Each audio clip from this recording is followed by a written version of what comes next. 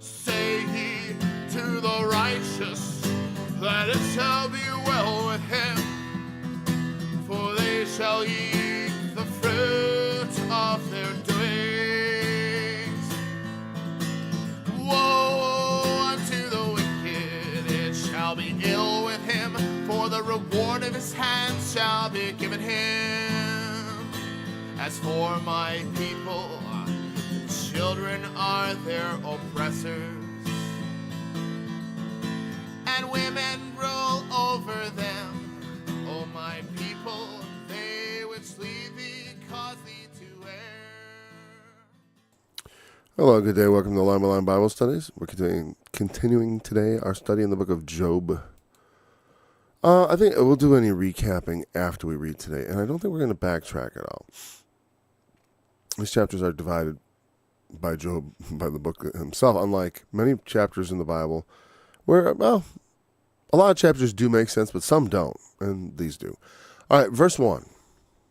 Moreover, Job continued his parable and said, "Oh, that I were as in months past, as in the days when God preserved me, when his candle shined upon my head, and when by his light I walked through darkness, as I was in the days of my youth, when the secret of God was upon my tabernacle, when the Almighty was yet with me, when my children were about me, when I washed my steps with butter, and the rock poured me out rivers of oil, when I went out to the gate through the city, when I prepared my seat in the street, the young men saw me and hid themselves.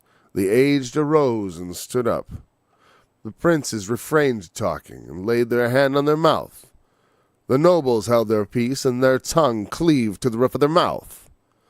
When the ear heard me, then it blessed me. And when the eye saw me, it gave witness to me, because I delivered the poor that cried, and the fatherless, and him that had none to help him.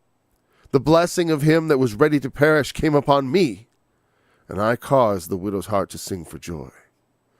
I put on righteousness, and it clothed me. My judgment was as a robe and a diadem. I was eyes to the blind, and feet was I to the lame. I was a father to the poor, and the cause which I knew not I searched out. And I break the jaws of the wicked, and pluck the spoil out of his teeth. Then I said, I shall die in my nest. I shall multiply my days as the sand. My root was spread out by the waters, and the dew lay all night upon my branch. My glory was fresh in me, and my bough was renewed by my hand. Oh, wait, it was root, bough. I don't know how I got the bow the other day. Bough. Unto me men gave ear, and waited, and kept silence at my counsel. After my words they spake not again, and my speech dropped on them. And they waited for me as for the rain, and they opened their mouth as for the latter rain. If I laughed on them, they believed it not, and the light of my countenance they cast not down. I chose out their way, and sat chief, and dwelt as a king in the army, as one that comforteth the mourners. Oh,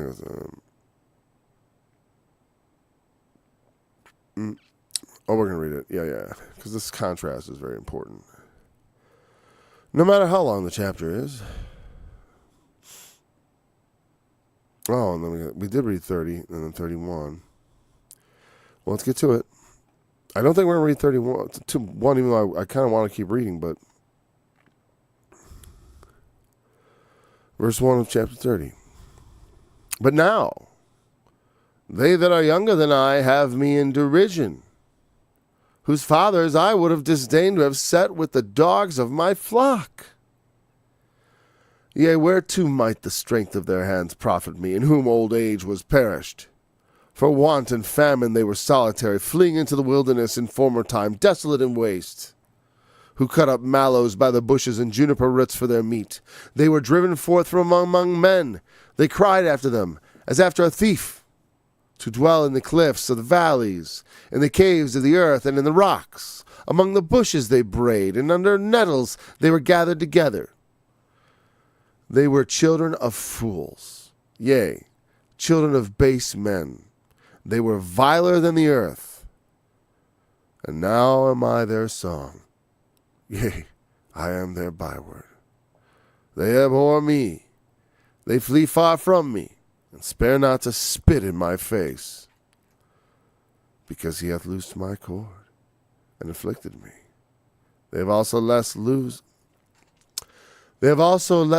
the bridle before me. Upon my right hand rise the youth.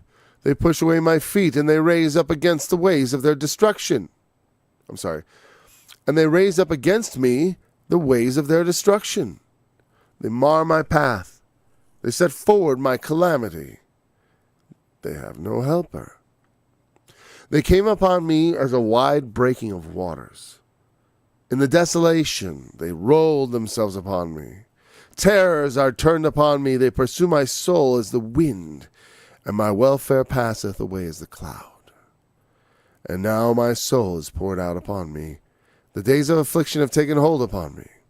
My bones are pierced in me. My bones are pierced in me in the night season, and my sinews take no rest. By the great force of my disease is my garment changed. It bindeth me about as the collar of my coat.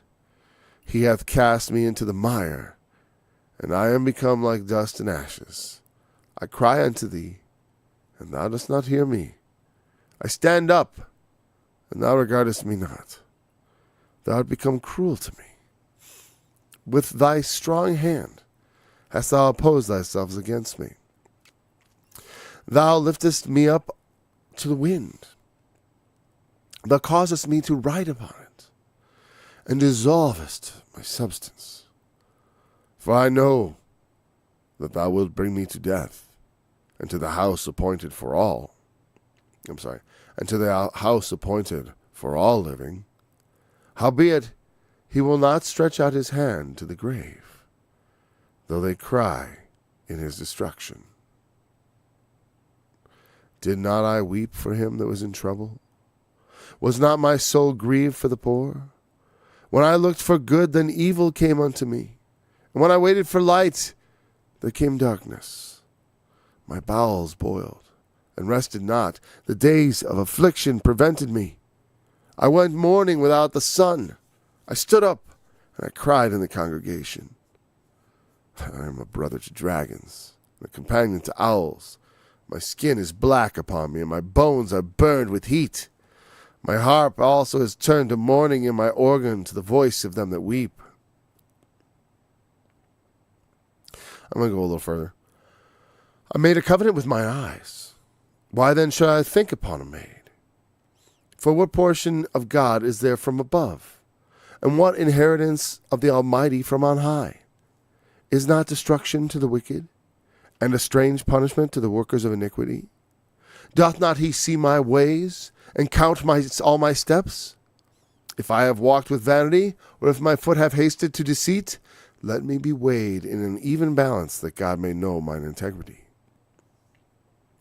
If my step have turned out of the way, and my heart walked after mine eyes, and if any blot hath cleaved to my hands, then let me sow and another eat. Let my offspring be rooted out. If my heart have been deceived by a woman, or if I have laid wait in my neighbor's door, then let my wife grind to another, and let others bow down upon her. For this is an heinous crime, yea, it is an iniquity, to be punished by the judges. For it is a fire that consumeth to destruction, and would root out all mine increase. If I did despise the cause of my manservant or of my maidservant when they contended with me, what then shall I do when God riseth up? And when he visiteth, what shall I answer him? Did not he that made me in the womb make him? And not one fashion us, and did not one fashion us in the womb? If I have withheld the poor from their desire, or have caused the eyes of the widow to fail, or have eaten my myself alone, and the fatherless hath not eaten thereof. For from my youth he was brought up with me, as with a father, and I have guided her from my mother's womb. If I have seen any perish for want of clothing, or any poor without covering, if his loins have not blessed me, and if he were not warmed with the fleece of my sheep, if I have lifted up my hand against the fatherless, when I saw my help in the gate, then let mine arm fall from my shoulder blade, and my arm be broken from the bone. For destruction from God was a terror to me, and by reason of his highness I could not endure. If I have made gold my hope, or have said to the fine gold, Thou art my confidence, if I rejoiced because my wealth was great, and because mine hand had gotten much, if I beheld the sun when it shined, or the moon walking in brightness, and my heart had been secretly enticed, or my mouth had kissed my hand, this also were an iniquity to be punished by the judge. For I should have denied the God that is above.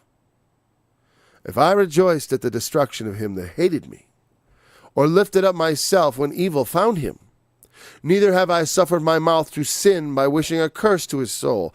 If the men of my tabernacle said not, Oh, that we had of his flesh, we cannot be satisfied. The stranger did not lodge in the street, but I opened my doors to the traveler.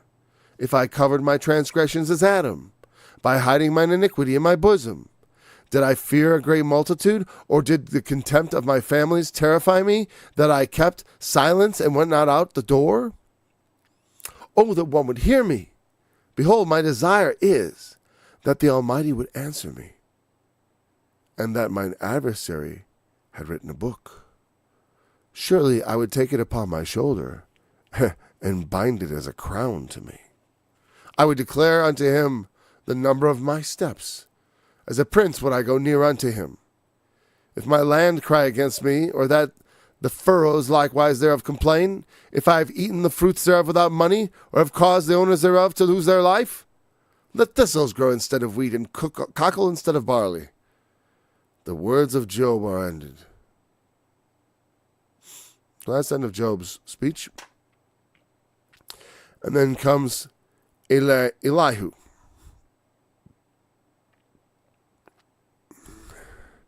And Job basically lays down the final thing, just all these things like, if I'd done this, if I'd done that, well then let it all come against me.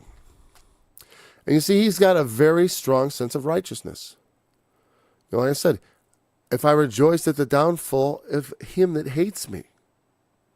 Well, that's, like I said, a lot of Christian ideas that we think of as being maybe exclusively Christian or primarily, or form, let's say they were formed under Christianity or under Jesus. A lot of them do go back to the Old Testament. You know, bless them that curse you and all that. Jesus was not the first one to say that, but it was in the scripture. But he's saying, take it seriously. You know, don't just, a lot of those things, like I said, people are, they have more allegiance to the Bible than they have knowledge of the Bible. Well, this is God's word, and I never read it.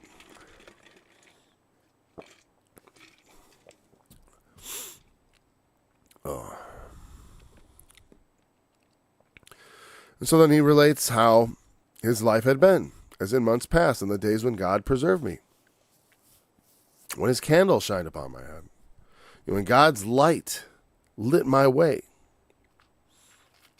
when by his light I walked through darkness. You know, he uses first a very metaphorical thing, his candle shine upon my head, Then he gets it a little more, by his light I walk through darkness. But what does that mean? You know, by the light, or the, a lot of times when it's talking about light, it's really talking about revelation and wisdom and the knowledge that God gives. You know, those are, that realization, that, like we have the word epiphany, which means like the sudden realization, epiphanes, it's a Greek word. It means like to come to a sudden understanding, realization. Yeah, that can be like through the light of God. It shines a bright light on things that were not understood, on things that were concealed. And God can show us the way. That's one of the things. It's like, that's why we pray, because we want him to know that we are open to his guidance, and we want his guidance. I want your guidance, Lord. Show me the way. We do know the way. Well, here's the thing. I know the way. I didn't always know the way. And, the way is also, as you go along it, you realize, if you really want to walk the straight and narrow, you got to walk extremely straight and narrow. And it is not, you can't stray even a little bit to the right or left. It becomes more of a question of narrowing that down. God is, you think about the book of Job. Job, there's a lot of reasons why you could consider it could be completely fiction. Because Job is sort of like I say, it makes me think of a composite case of bad things happen to good people. And Job is a sort of a good person, but he's like too good almost. He's like almost unbelievably good, considering that he's not the Messiah. But, also, like I said, the only person who calls him perfect is God, whereas Job, in the early passages, he talked about my sins. So, but they're not things, again, they're not like, whatever his sins are, they're not things that he described. He's not neglecting, and these are someone who has taken righteousness to the upper level, to the top shelf. He's not, he's not saying I don't murder people. He did say if I've stolen, if this, there's some basic stuff, but also other things. Like you said, well, let's get through it. When the secret of God was on my tabernacle, that's such an interesting thing. The secret of God was on my tabernacle. I wonder how they translate that, like in the NIV. What's their interpretation? Oh, let's see. When his lamp shone on my head, and by his light I walked through darkness.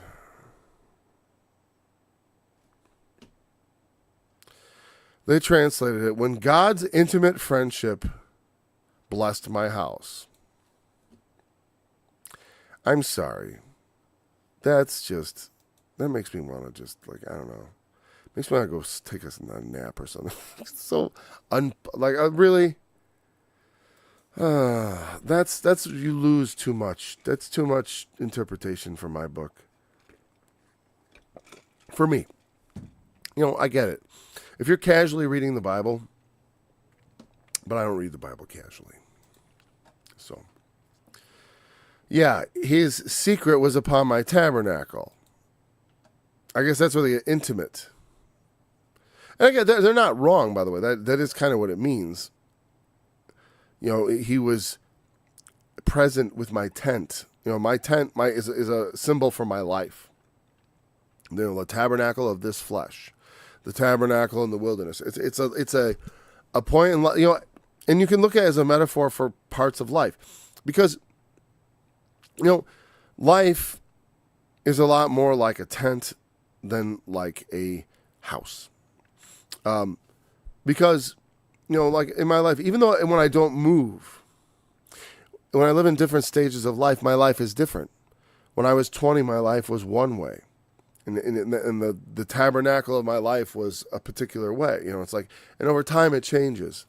Just like tabernacles can be moved, tents can be moved. And that's, a good metaphor for our life. And certainly houses are also a metaphor for that. In fact, one of the most famous ones is the Gospel of John chapter 14, which is one of the most badly butchered. You can tell a scriptural ignoramus. Anyone who reads John 14 and starts talking about mansions, they don't really know much. They know some stuff, but they don't care enough about the Bible to actually learn anything.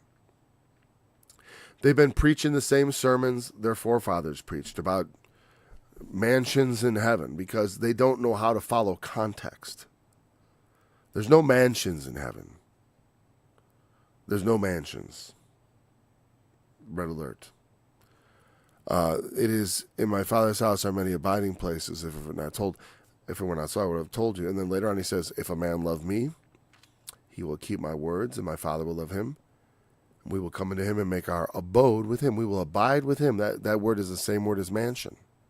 He was never talking about you going to heaven to receive a permanent house up there. What he was saying is God, the Father, through the Spirit, is going to come into you and make a permanent home there. And he will abide with you. And you will abide together. Much like when Jesus talks about in the book of Revelation, he says, behold, I stand at the door and knock. If any man here, open the door, I will come unto him, and I will sup with him, and he with me. We will be in the house together like a guest. And that's hence where we get the idea of the NIV's intimate friendship. Secret, of course. Let's see. Yeah, it means like counsel. In Hebrew here, the word sod, it means a session, company of persons, intimacy, consultation. Secret is not a good choice in the King James either. I would say counsel. His counsel was upon my tabernacle. Ah, that makes a lot of sense. The counsel of God. Now, I can make sense of it with the secret, too. Like the secret, he that dwelleth in the secret place of the Most High shall abide under the shadow of the Almighty, to obtain the secret knowledge of God also. It's only secret to those who haven't sought it. I mean, it is a secret, but it's not something that's kept secret. There are things that are kept secret from the foundation of the world, of course, right? But there are things that are not kept secret, like the certain wisdom that we can obtain through the Spirit, through God, through prayer. Oh, from the beginning I started, I didn't know I had a headache today until I started to study. I feel like I'm going to run my neck out. Okay. So his secret was upon my tabernacle, his counsel, God's secret. You know, the things that God can reveal to him from his youth were being revealed to him. You know, this is how my life has been. From my youth, I was very concerned with God. And became, you could say, not foolishly so much as rashly offered myself to his service when I was 19. And just 19. And ever after, I had to follow that. But I gained from it also. You know. Okay. Here we go. Moving along. When the Almighty was yet with me, you know, it's not the Almighty isn't with him, but, you know, this is one thing he might be wrong about, if he's wrong at all, but it's not blasphemous to say, my God, why have you forsaken me, even though he hasn't forsaken you. Because, you know why? Because in those circumstances, God understands your pain. You know, that's why Gethsemane, that's why Jesus did what he did. It's like, God, we do not have a Messiah who cannot be touched with the feelings of our infirmities. He knows what it's like to be human and weak. And that's not nothing. Even though God, in his infinite wisdom as the Father, you know, would know internally, yet even so, for our sake, he went and experienced it like through actual experience as opposed to just through knowledge. Because there is a difference, right? It's one thing to be able to know something. It's another thing to be able to go out and actually experience it. Like, I know what it feels like to ride a bicycle. It's not the same as riding a bicycle. I can imagine what it feels like to ride a racing car. I can imagine what it feels like to be on a rocket. But that's vastly different. Okay. When my children were about me, that's the saddest thing of all. Job lost all his children. But he didn't lose them all. See, we'll get to that. At least according to the, this is the faith we have to have, is it's because we have to trust God through the veil of death. That's the ultimate darkness we have to go through with him. When I went out to the gate, through the city, when I prepared my seat in the street, go down to town, the young men saw me and hid themselves. What he's saying is, like, I was a big shot. I don't think he's being bragging or being all proud. He's just saying things as they were. I came in and the young men kind of hid themselves. And, they were sort of like, look out, here comes the big man. It's reverential. The aged stood up. Well, here comes somebody important. They stand to their feet in recognition. That doesn't, the thing about it, It's not like this is all formal. This is because of his accomplishments. It's not like he has some divine right to be respected. You know what I mean? Sometimes people, because they obtain some office, they want all this respect. But even in the ancient world, you see, this is organic. This is not the kind of thing that came about through Job forcing it or trying to earn it or trying to get position. Through being a godly man, just like it says in the New Testament about, how you choose bishops, they have to have reputation, gravitas, and all that. You don't want a novice, some youth. Though, as he said to Timothy, let no man despise their youth. There's a place for youth. But if you have someone of age and gravity, it's different. Preparing my seat in the street. I'm not sure what that's for, whether it's for... I don't think he was... Usually I would think of that as a judge. But he might have been there just to do business. And he'd sit out there, and there are people who would like to do business with him and come and talk. Hey, Job, I'd like to obtain some goats or whatever. I'd like to obtain, a couple of ephahs of goat's milk or sheep's wool or whatever. So he'd go there to conduct his business. He'd set up his seat. Like there's Job. He is the richest man in the region and also one of the most powerful. The young saw me and hid themselves. The aged arose and stood up. The princes refrained talking. They stopped. Usually princes means like chiefs, political leaders. They lay their hand on their mouth. Like hold on. I think that might mean like they stopped talking and told others to quiet down. Because I don't know if it was this or like, because that doesn't seem right. It's more like this. And you say, why not finger? Well, maybe because sometimes they call it like striking hands, shaking hands. It's like we call it shaking hands. They call it striking hands. You might think that's a high five. It's like, well, maybe, I don't know. I think it just means like clasp hands, They held their peace, their tongue. He might be using a little bit of hyperbole. But some people, you know what? I remember I went on television once with someone. And we were being interviewed, and the person with me, he was so obviously starstruck by being on TV. It was kind of funny. I was having a great time, and he just looked like, it's funny like that. And that's the thing. It's like some people, when confronted, especially for the first time, like if you come into a situation. Just like the fear of God, because Job is a rich and powerful man. So, he has influence. And if and for that, just like any rich people today, the politicians still kiss their butts. I don't know how else to put it. Tongue cleaving to the roof of the mouth going dry is indicative of like nervousness, dry mouth. When the ear heard me, it blessed me. When the eye saw me, it gave witness to me. What he said, saying that the things that when people would hear me talk, they'd be like, "Wow, that is just so right."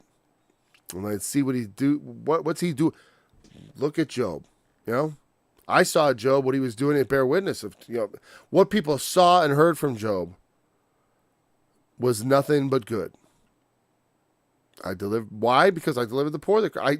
All everyone knew about him was he was the savior of the poor. He was a blessing on those who were ready to perish. Well, what he's saying is blessing. There's a duty to bless those that are ready to perish, and it's like, well, that duty came on me because he felt obligated. And when you truly. Sometimes it's like you just know you have no choice in life. You have to do what God wants. It's just, no matter how many people it doesn't please, no matter how. And Job was that kind of guy. He just did what was right. And yeah, it's going to cause people to take you seriously and also be a little afraid because you got a lot of gravitas. He doesn't mess around. He put on righteousness. He caused the widow's heart to sing for joy. My judgment was as a robe and a diadem. if I were to be judged, I'd wear it like a crown. I was eyes to the blind and feet to the lame. And obviously that's a generalization and also a hyperbolic metaphor because he can't be eyes to the blind, not literally, right? But you can help the blind do the things that they would do if they had eyes, or obtain things they can obtain. They have no eyes, so they can't get the things necessary for life, so he would provide it from his vast surplus of riches. And that's the thing, if you have money, you are obligated to be like Job. Be helping people who are destitute and down. That's why I don't collect donations, because I'm just above destitute and down enough that I don't think it would be appropriate for me to do that, lest I bring sin upon myself and take the meat from the poor out of their mouth. But what might be given to the poor, and so that's what a lot of ministries have done. Is like a lot of money that could have gone to the poor. They take one verse of what Jesus said about the alabaster box, a very precious ointment, and apparently that justifies all manner of opulence and decadence. And so you have pastors who just rake in the cash. And there are still people starving in in the world. And there's still people suffering in America. And these pastors live in these huge houses with swimming pools and gates and all that stuff. I got a gate. But I built mine myself with my own hands. And it wasn't expensive because I did it. It's little materials and hardware. It's mostly meant to keep the kids in, not the flock out. Father to the poor. A lot of times, the poor and the fatherless. The fatherless need someone to be, the father is someone who looks after his children. So when the poor cry out in their need, he was like, what would a father do for his child in need? And the cause which I knew not, I searched out. I went looking for stuff that I didn't know about. Is there something else I don't know about? Some injustice going on in the world? Because for the most part, I would say most people are vaguely aware that there's a lot of injustice in the world and suffering. But they choose not to think about it and ignore it. Because they don't have time. They got their own lives to worry about, especially here in America, where we have very rich people to be envious of. And so we tend to measure our lives all out of proportion to what they really represent, considering history and also the way most people on the earth live today. We way overestimate, like, oh, we're not doing good, we're doing fine,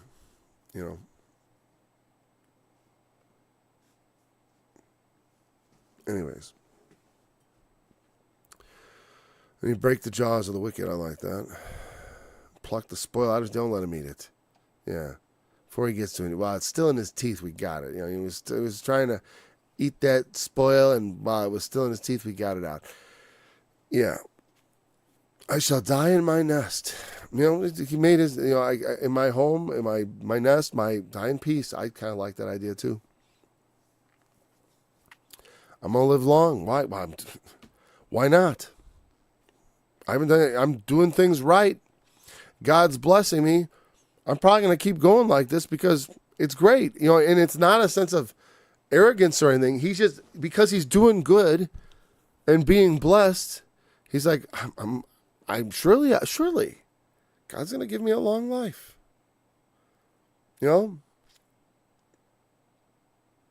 My root was spread out by the waters. That reminds me of Ezekiel 31, where it talks about a very different tree spread out by the waters, right? His root was by great waters. Talking about Satan himself, potentially. Well, I shouldn't say that. Talking about Pharaoh, king of Egypt, but also by extension, because all the evil kings in the Bible are typologically tied to Satan.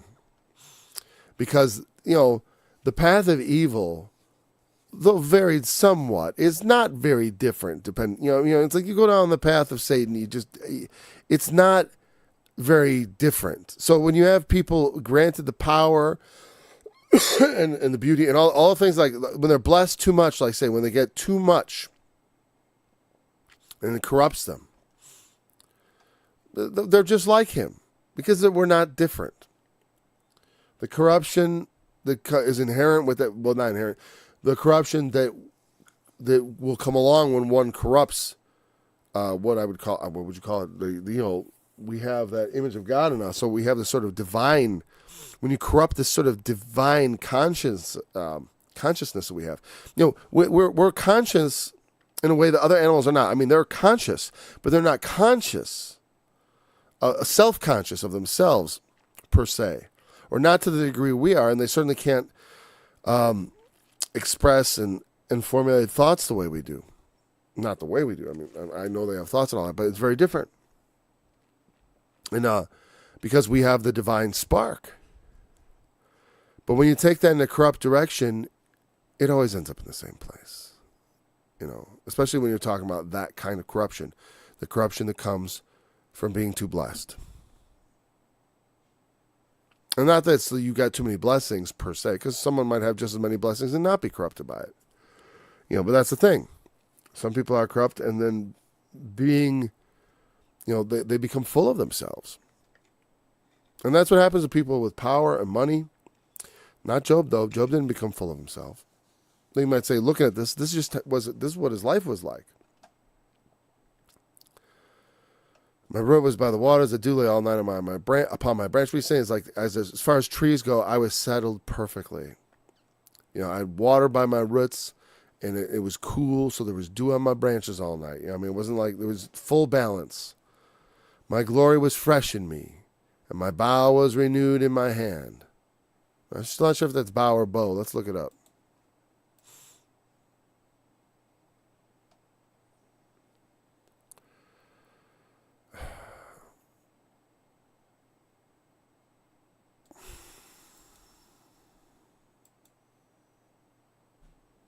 No, it's a bow for shooting.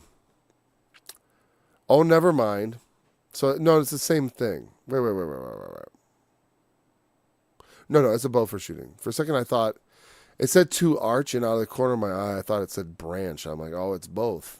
Because maybe it is both. Bow and bow might be the same thing because it comes from the root to bend or to arch.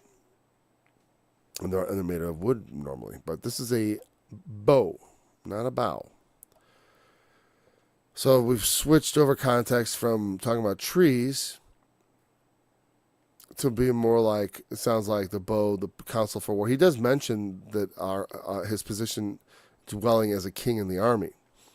Because for locally, how would a local, ancient Near East locality that is not one of the empires like Assyria, who has a regular army, how do they, ready themselves? Because a lot of places did have regular armies. I mean, they had not regular armies, but like Minutemen style armies, where they would gather up, like when Abraham went to the battle of the 5 kings, he brought with him his hired his household servants. They're not hired; they're slaves essentially. Slaves who want to be slaves, though. That's the thing. Is like a lot of slavery. Like not every slave situation is equal to another.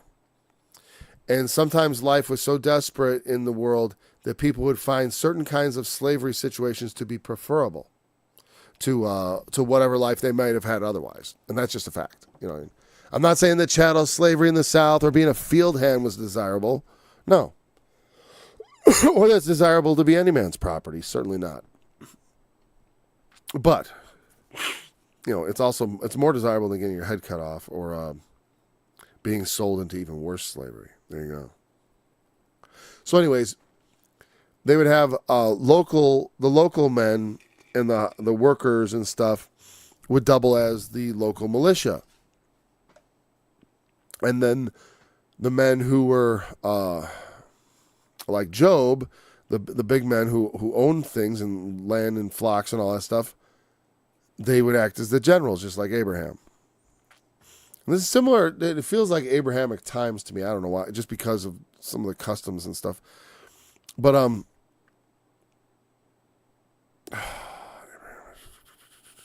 Oh, I forgot what I was getting at. Oh, whatever, I'm just going to go back to looking at it.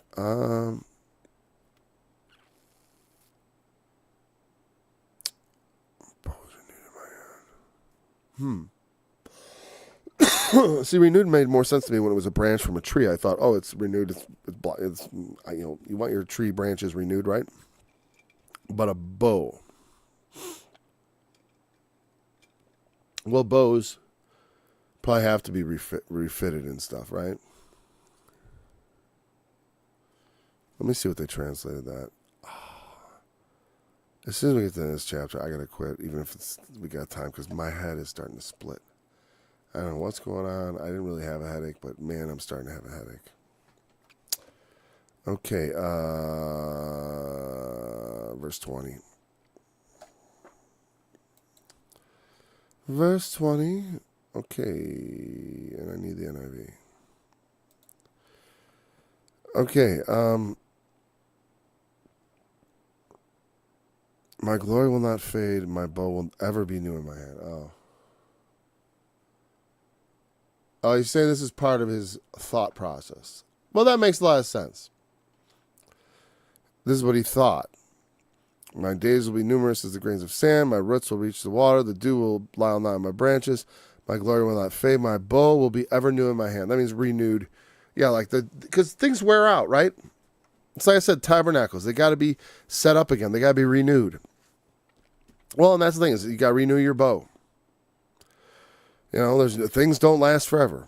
Cars got to be maintained. Like my car's got to be ever renewed. But, but maybe things will work out and I can keep doing it. And that's what he thought. Folks, listen to me. People listen to my counsel. They kept silence and listened. Don't interrupt Job. He's got wise words to say. And they didn't answer again. They just listened to Job and they thought about it instead of just saying something in response. And my speech dropped on them. Drop. My doctrine shall drop as the rain. My speech shall drip as the dew. As the light rain on the tender herbs, as a shower upon the grass. From Deuteronomy chapter 32, the Song of Moses. And I think that's what it means. But the drop, I always wondered about that. But context-wise, drop, drip,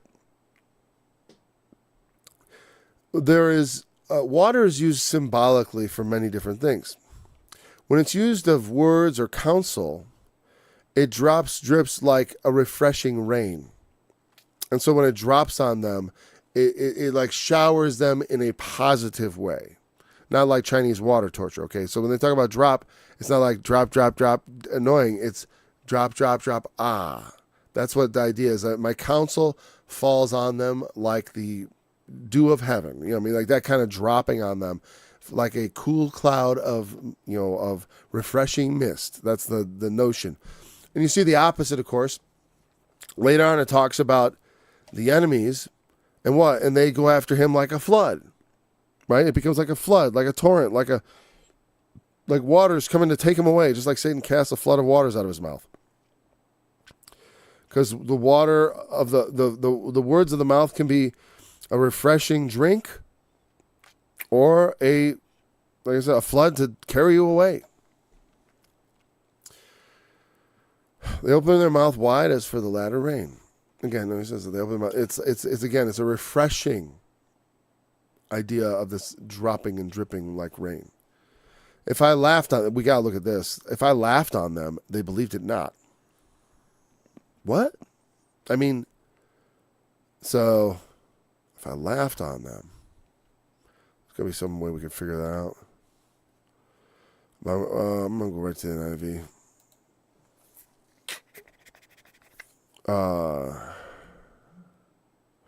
When I smiled at them, they scarcely believed it. Hey, that's a good one. Oh, I get it. Sure.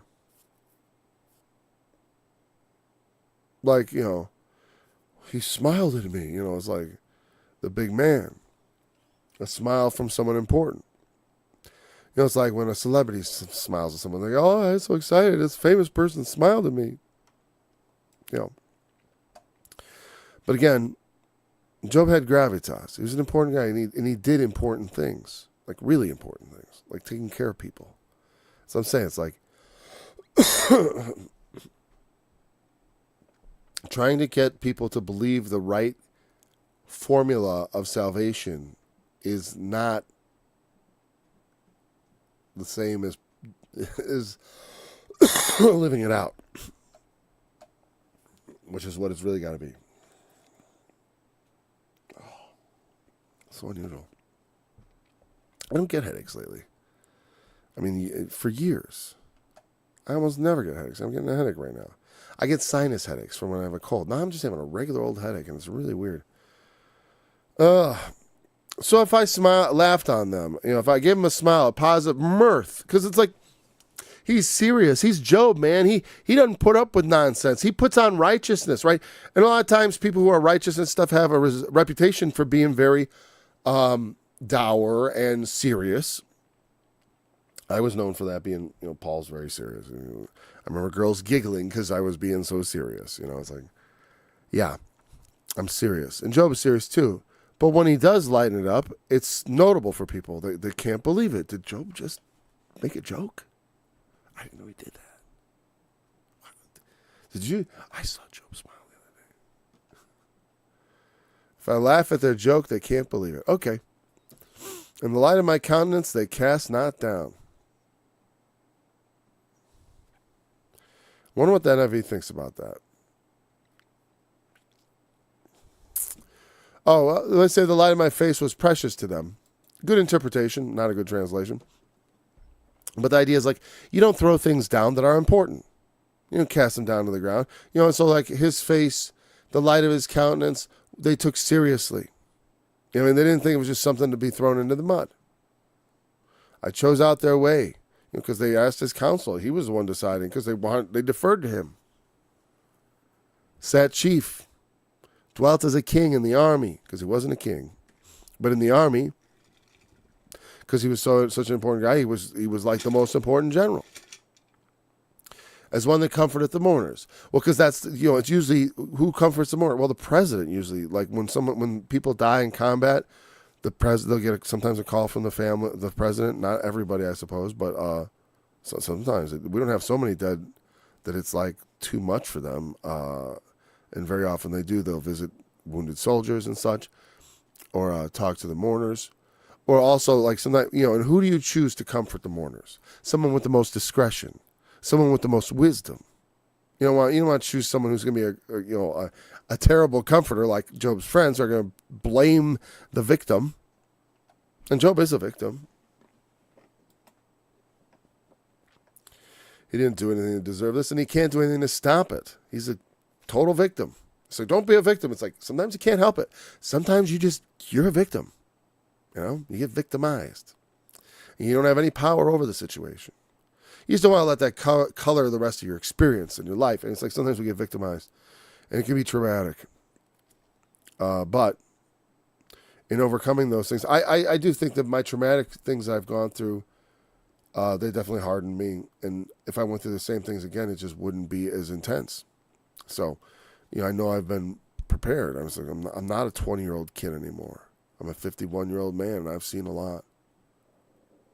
I haven't seen that much, but I've seen a lot more than a 20-year-old kid, I'll tell you that. Even though we got 12 minutes and we could go on, like I said, my head is just splitting right now, and this is just going to be very difficult to keep going. But we're going to continue in chapter 30 tomorrow, God willing. Maybe we can get through it. I don't know. Whatever. We'll see what we do. We're not in a rush. We're just reading our Bible and talking about what it means, okay? So remember, the testimony of Jesus is the spirit of prophecy, and he is the fulfillment of the law. Until next time. Say ye to the righteous that it shall be well with him, for they shall eat the fruit of their doings. Woe unto the wicked, it shall be ill with him, for the reward of his hands shall be given him. As for my people, children are their oppressors, and women rule